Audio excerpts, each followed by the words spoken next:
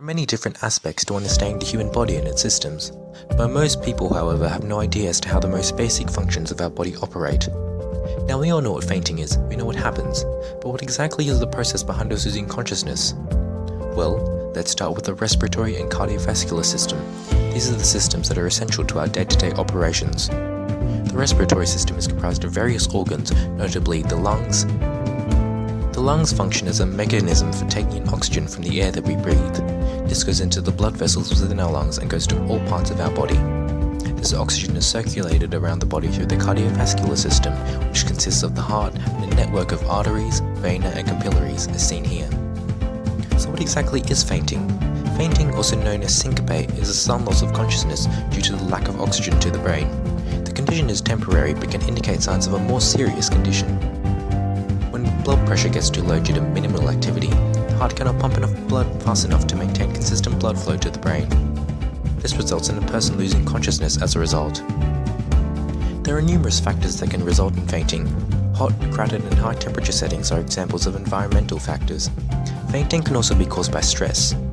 Physical factors are also relevant. For example, when we stand for a long time, blood starts to pool in our feet due to gravity.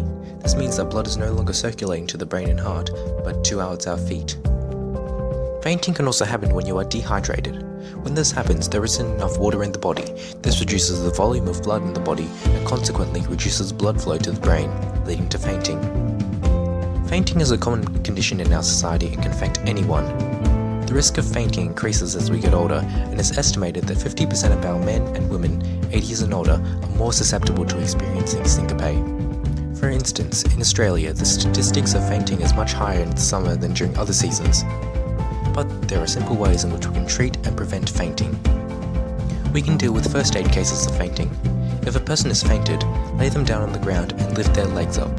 This will enable blood to flow from the feet to the brain, increasing blood pressure and enabling the person to regain consciousness. The most important treatment to prevent a person from fainting is to let the person rest by sitting down or getting them to lay their back against a wall. It is also advisable to check that they're well hydrated, as dehydration enables syncope. There are many different causes behind us fainting.